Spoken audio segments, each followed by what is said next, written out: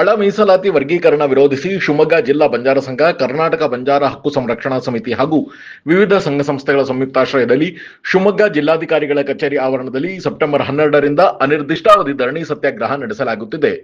ಧರಣಿ ಸತ್ಯಾಗ್ರಹದಲ್ಲಿ ಮಾತನಾಡಿದ ಮಾಜಿ ಶಾಸಕ ಅಶೋಕ್ ನಾಯ್ಕ್, ನಾಗಮೋಹನ್ ದಾಸ್ ವರದಿ ಮೂಲಕ ರಾಜ್ಯ ಸರ್ಕಾರ ಬಂಜಾರ ಸಮಾಜಕ್ಕೆ ದೊಡ್ಡ ಅನ್ಯಾಯ ಮಾಡಿದೆ. ಇದನ್ನು ವಿರೋಧಿಸಿ ಬಂಜಾರ ಸಮಾಜದ ವತಿಯಿಂದ ಸೆಪ್ಟೆಂಬರ್ 12ರಿಂದ 20ರವರೆಗೆ ಈ ಧರಣಿ ಸತ್ಯಾಗ್ರಹವನ್ನು ಮಾಡುತ್ತಿದ್ದೇವೆ. ಮಾಡಿರುವ ಅನ್ಯಾಯ ಸರಿಯಾಗುವ ತನಕ ಇಲ್ಲಿಂದ ನಾವು ಕದಲುವುದಿಲ್ಲ ಎಂದು ಅಶೋಕ್ ನಾಯ್ಕ್ ತಿಳಿಸಿದರು. ಒಳ ಮೀಸಲಾತಿಯನ್ನು ಕಲ್ಪಿಸುವಂಥ ನಿವೃತ್ತ ನ್ಯಾಯಮೂರ್ತಿ ನಾಗಮೋಹನ್ ದಾಸ್ ನೇತೃತ್ವದ ಸಮಿತಿ ಸರ್ಕಾರಕ್ಕೆ ವರದಿಯನ್ನು ಸಲ್ಲಿಸಿದೆ. ಈ ವರದಿ ಲೋಪದೋಷಗಳಿಂದ ಕೂಡಿದ್ದು, ಇದನ್ನು ಸರಿಪಡಿಸಬೇಕು ಅಂತೇಳ್ಬಿಟ್ಟು ಹೇಳಿ ಶಿವಮೊಗ್ಗ ಜಿಲ್ಲಾ ಬಂಜಾರ ಸಂಘ ಇವತ್ತಿನಿಂದ ಅನಿರ್ದಿಷ್ಟವಾದಂಥ ಧರಣಿ ಸತ್ಯಾಗ್ರಹವನ್ನು ಹಮ್ಮಿಕೊಂಡಿದೆ. ನಮಗೆಲ್ಲ ಗೊತ್ತಿತ್ತು, ಸದಾಶಿವ ಆಯೋಗ ವರದಿ ಕೂಡ ನಮಗೆ ಮಾರಕವಾಗಿ ಬಂದಿತ್ತು. ಮಾಧುಸ್ವಾಮಿ ವರದಿಯಲ್ಲಿ ನಮಗೆ 4.5% ಬಂದಿತ್ತು ಬಂಜಾರ ಬೋವಿ ಕೊರ್ಚಾ ಕುರ್ಮ ಸಮುದಾಯಗಳಿಗೆ. ಅದು ನಮ್ಮ ಸಮಾಜಕ್ಕೆ ತೃಪ್ತಿ ಸಮಾಧಾನ ತರಲಿಲ್ಲ.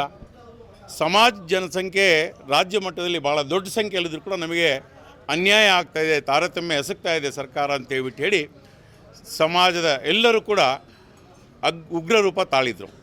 ಇವತ್ತು ಕಾಂಗ್ರೆಸ್ ಸರ್ಕಾರ ನಾಗಮೋಹನ್ ದಾಸ್ ವರದಿಯನ್ನು ತರಿಸ್ಕೊಂಡು ಅದನ್ನು ಒಪ್ಕೊಂಡು ಈ ಸಮಾಜಕ್ಕೆ ಭಾಳ ದೊಡ್ಡ ದ್ರೋಹ, ಅನ್ಯಾಯವನ್ನು ಎಸಗಿದೆ.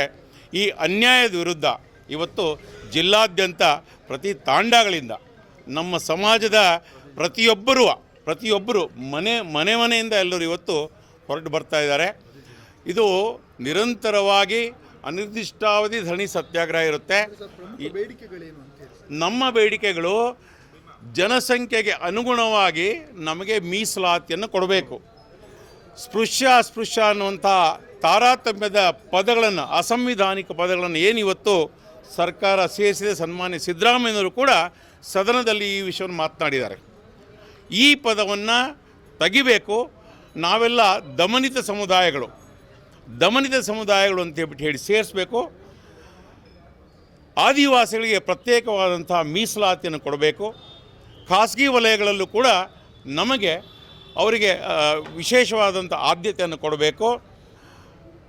ಇತರೆ ಸಮುದಾಯಗಳಿಗಿಂತ ನಾವು ಎಲ್ಲ ಹಂತಗಳಲ್ಲಿ ಆರ್ಥಿಕವಾಗಿ, ಶೈಕ್ಷಣಿಕವಾಗಿ, ಸಾಮಾಜಿಕವಾಗಿ, ಔದ್ಯೋಗಿಕವಾಗಿ ನಾವು ಕೆಳಮಟ್ಟದಲ್ಲಿದ್ದರೂ ಕೂಡ ನಮ್ಮನ್ನು ಸರ್ಕಾರ ಗುರುತಿಸದೆ ನಮಗೆ ಭಾಳ ದೊಡ್ಡ ಅನ್ಯಾಯ ಮಾಡಿದೆ. ಇದು ಸರಿಯಾಗಬೇಕು.